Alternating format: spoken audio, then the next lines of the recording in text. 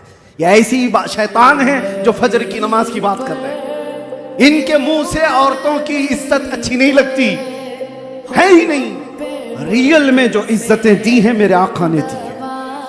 और शादी भी मेरे आका ने फरमाई तो सबसे पहले 25 साल की उम्र में 40 साला बेवा खदीजतुल कुबरा से निकाह फरमाया, जब औरतों को बेवा होना भी एक अपशगुन कहला जाता था। आज भी है, आज भी। हम तो बहुत बदल चुके, लेकिन यहाँ तो सती की रस्म भी थी। हिंदुस्तान में सती की रस्म भी हुआ करती थी। शोहर अगर मर जाए तो औरत को साथ में जला दिया जाता था, उसे जीने का हक नहीं था। थोड़ा अपग्रेड हुआ जमाना तो फिर यह कहा गया कि चलो उसको जलाया नहीं जाएगा, जंगलों में छोड़ दिया जाए। अब और अपग्रेड हुआ तो इतना कह दिया गया कि ठीक है, बनाओ संगार सब निकाल दिया जाए, किसी एक खास जगह में उसको रख दिया जाए। विधवा को कहीं अच्छी महफिलों में आने न दिया जाए। कोई भी महफिल में आएगी तो अपशगुन है, काम बुरे हो जाएंगे। ये दुनिया का तस्वुर था। औरत का बेवा होना क्या उसके हाथ में है? क्या वो अपने इख्तियार से बेवा बनी है? किसी का शोहर कभी भी मर सकता है, उसका उसमें क्या कसूर है? लेकिन जिंदगी भर वो ये ऐब सहती रहती थी। आज भी बहुत सारी जगहों पर उनको मुआशरे से अलग किया जाता है, मगर मेरे मुस्तफ़ा सल्लल्लाहु अलैहि वसल्लम ने एक नहीं 9 बीवियां ऐसी निकाह फरमाई जो बेवा थी मुतल्लक़ा। मेरे आका सल्लल्लाहु अलैहि वसल्लम ने ये जो इज्जत अता फरमाई, औरतों की बात मैं कर रहा हूं, ये तो एक हिस्सा है। आज के दिन किस किस मैदान पर हम गुफ्तगू करें, कहां कहां इज्जतें दी गई।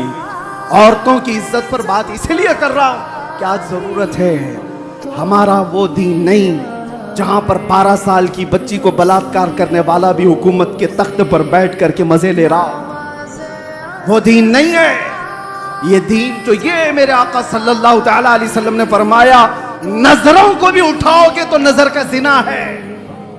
और ये भी नहीं है कि मुसलमान औरतों की इज्जत है। इस्लाम हर एक बेटी की इज्जत को वैसे ही समझता है जैसे मुसलमान बेटी की इज्जत। ऐसा नहीं है कि जिना का अजाब, जिना की जो सजा है सिर्फ मुसलमान लड़की से करने पर जिना की सजा है। किसी भी घर की बेटी के साथ अगर किसी ने ज्यादती की तो सजा वही है। वो चाहे हिंदू की बेटी हो, चाहे वो यहूदी की हो, चाहे ईसाई की बेटी हो। ये इस्लाम ही है जो सारी बेटियों को एक सम्मान देता है। यहाँ पर तफरीक नहीं है, इज्जतों की बात आए। और मुसावात का दर्स देने वाला वो रसूल आज के दिन तशरीफ लाया है। औरतों को तो चाहिए था कि आज के दिन मेरे आका सल्लल्लाहु ताला अलैहि वसल्लम की अजमत के नारे लगाती। ये वो औरतें हैं जो आज भी 5 जेवर सब औरतों के यहाँ अक्सर पाए जाते हैं ना। देखे होंगे आप, गले में नेकलेस, दोनों हाथों में चूड़ियाँ, दोनों पैरों में पायल, तकरीबन सब औरतें पहनती हैं। तारीख आप पढ़ करके देखो, यूनान की उस वक्त की पॉश हुकूमतें भी और पहले के दौर की हुकूमतें भी ये मीटिंग करती थी औरत को इंसान समझा जाए कि नहीं समझा जाए। और उस दौर में बाज लोगों ने कहा कि ठीक है ये इंसान है, लेकिन इसको साथ में अगर कहीं ले जाना है बाजार में तो 5 जंजीरें पहनाकर, एक गले में, 2 हाथों में और 2 पैरों में 5 जंजीरें डाल करके औरत को बाजार ले जाया जाता था। औरत की यह हैसियत थी। मेरे मुस्तफा सल्लल्लाहु अलैहि वसल्लम ने इन जंजीरों को तोड़ा और उन जंजीरों को औरतों की जेवर बना दिया गया। शक्ल तो बाकी है लेकिन जंजीर नहीं है। औरतों को इज्जत इस कायनात पर जिसने दिया है वो मेरे मुस्तफा ने अता किया, रसूल करम सल्लल्लाहु ताला अलैहि वसल्लम ने अता किया है। अजीज़ान गिराम वक़ार, आज इसलिए भी मैं बात कर रहा हूं कि 2 चीजें बहुत बड़ी सख्त हैं दुनिया में, औरत और दौलत। इस पर कंट्रोल अक्सर लोग खो जाते हैं, यहीं से तो गुमराही आती है। इन 2 चीजों की लिमिटेशन मेरे आका ने जो तय की है वो कितनी बेहतरीन है। मदीने की एक यहूदी औरत है, चिट्ठी लिखती है अबू बकर सिद्दीक रज़ियल्लाहु ताला अन्हु जब खलीफा वक्त है, कहा कि मैं मदीना छोड़कर यमन जाना चाहती हूँ मेरे खानदान के पास, मुझे यहाँ सेफ नहीं लगता, सब मुसलमान हैं, मैं जाना चाहती हूँ। सिद्दीक अकबर ने उसका रास्ता नहीं रोका, कहा कि ठीक है जा सकती है, लेकिन तन्हा औरत है, कौन जाए इसके साथ। 2 जवान सहाबा को साथ में कर दिए कि यमन तक इस खातून को पहुंचा कर क्या हो। अब वो औरत और डर गई, मुसलमानों के बारे में जो एक परसेप्शन है, एक बना बनाया हुआ है प्रोपेगेंडा है कि औरतों को देखेंगे तो ये पागल हो जाएंगे, कुछ भी कर लेंगे। दुनिया ने इस तरह से बना रखा है, हकीकत में खुद गंदे हैं। 2 जवान सहाबा को उस औरत के साथ कर दिया गया। औरत को ऊंट पर बिठाया गया, गजावा सजा है। दोनों जवान चलते हुए जा रहे, यमन तक जाना है मदीने से। जहां जहां चौकियां आती, चेकिंग पॉइंट आते, ये दोनों नौजवान बात करते, खलीफा अव्वल सिद्दीक अकबर की मेहमान है, यमन जा रही है। ऊपर नहीं देखा जाता, रास्ते खोल दिए जाते। कई दिन की मसाफत के बाद जब यमन पहुंचते हैं तो वो खातून कहती है, कई दिन का सफर कर लिया मदीने से यमन तक। वो औरत कहती है, मैं खुदा को शाहिद बनाकर कहती हूं, एक बार भी इन दोनों नौजवानों में से किसी ने मेरी तरफ आंख उठाकर नहीं देखा नहीं। जब मैं उतरती, जब मैं चढ़ती, जब मेरी हाजतें होती तो ये नौजवान अपना चेहरा फेर लेते, एक बार भी इन्होंने देखा नहीं। यमन पहुंचकर के वो अपने खानदान को जमा करती है और कहती है, मैं तो ये सोच रही थी मदीना अब सेफ नहीं है, मैं अपने खानदान के पास आ जाऊं, लेकिन ऐलान करती हूं, ऐ मेरे खानदान वालों, मैं भी वापस मदीने जा रही हूं, तुम भी वापस मदीने आ जाओ। औरतों की इज्जत अगर कहीं महफूज है तो वो दामन मुस्तफा में महफूज है।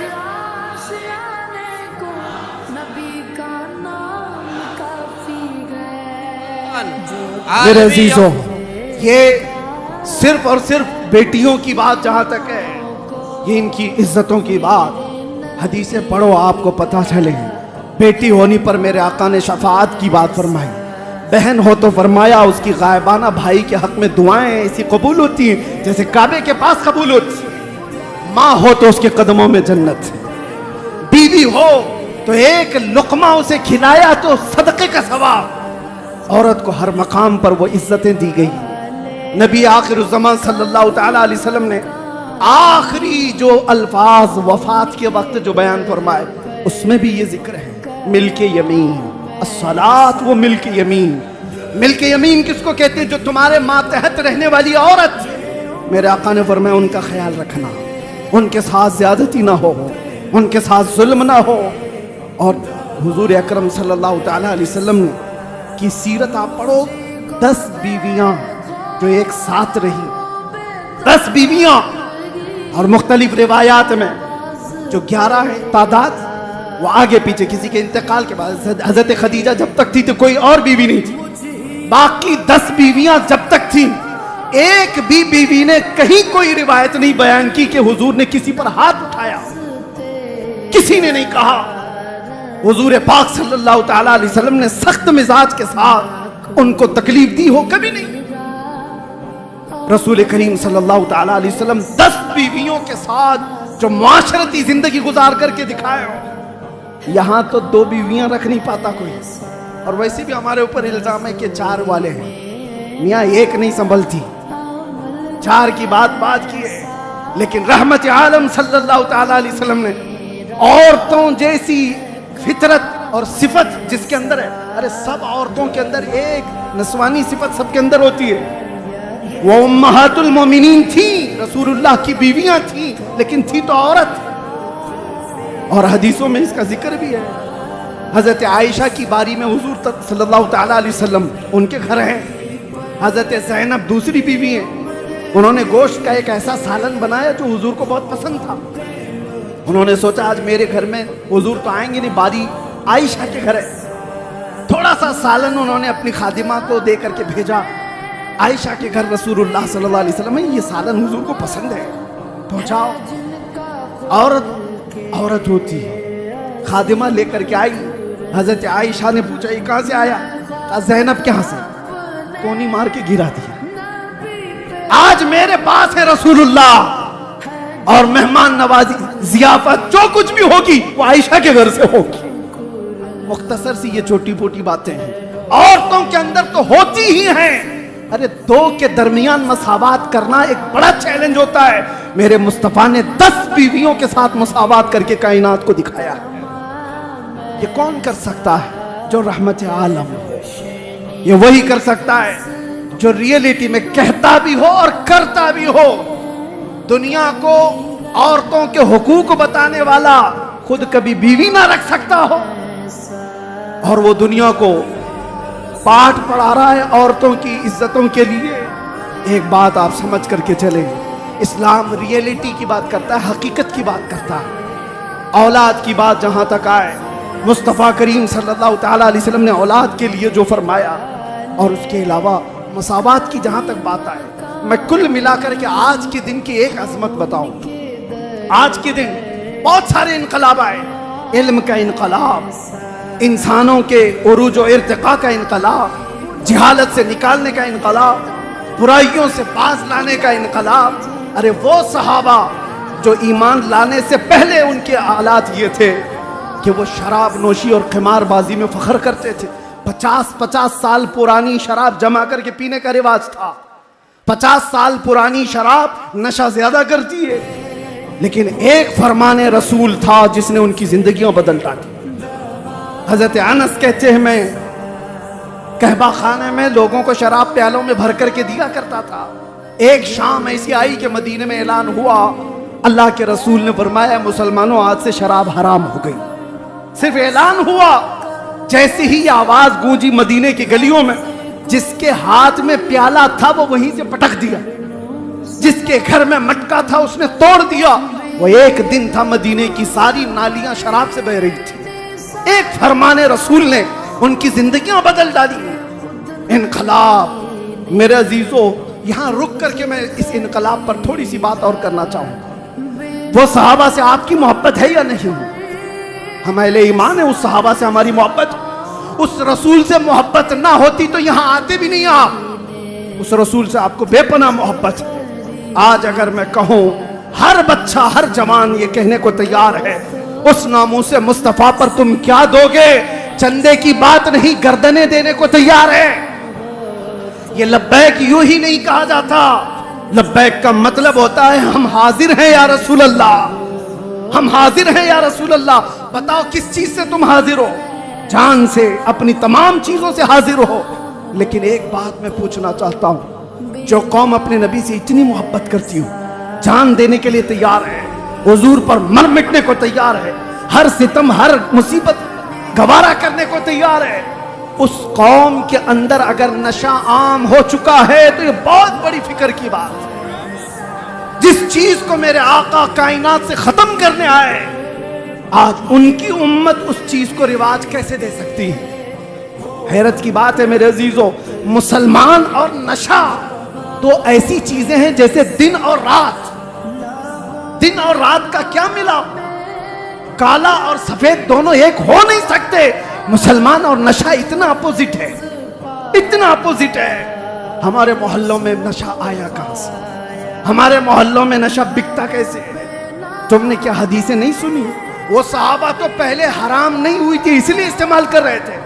हम तो पैदाइशी कानों में सुनते आ रहे कि हराम है, हराम है, हराम है।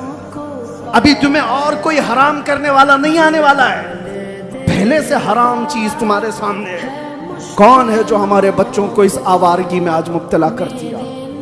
अगर इश्क रसूल राई के दाने के बराबर भी तुम्हारे सीनों में है तो मेरे अजीजों, नशा उठाना तो दूर की बात, तुम देखना भी गवारा नहीं करते। तुम्हारे सरों पर जिसकी इज्जत लगी हुई है वो मेरे मुस्तफा की है। दुनिया तुम्हें तुम्हारे नाम से नहीं, मेरे नबी के नाम से पहचानती। हमारी अपनी क्या पहचान है? हमारी अपनी क्या पहचान है? अगर मुस्तफा के ना होते तो हम जिंदा चलती फिरती लाशें होते। हमें कौन मुंह लगाता? आज हमें दुनिया देखती है तो नबी के नाम पर देखती है। इस नाम का इतना तो भरम रख लेते, इस नाम की इतनी तो लाज रख लेते कि मुस्लिम मोहल्ले में कम से कम नशा नहीं आता। वैसे तो पूरे मुल्क को नशा से पाक होना चाहिए, लेकिन खास तौर पर जब भी डिपार्टमेंट वाले और खास तौर पर नारकोटिक वाले जब बात करते तो ये कहते हैं कि आपके लोग ज्यादा नशा में हैं, आपके लोग ज्यादा नशा में हैं। इसके दो कारण हो सकते हैं, दो वजह हो सकती हैं। एक तो जल्दी पैसा हासिल करने के लिए हर आदमी बहक जाता है, और दूसरा एक सोची समझी साजिश के तहत ये पूरे के पूरे खित्ते को नशा में मुब्तला किया जाता है। क्योंकि ये छुपी हुई चीजें नहीं है। किसी चलते फिरते आदमी से भी पूछ लो तो वो नशा का अड्डा बता देता है, यहाँ मिलता है, यहाँ बिकता है। हालात तो ये है आज। तो जब चलते फिरते आदमी को मालूम है, तो हुक्काम वक्त जो पावर रखते हैं क्या उनको नहीं मालूम?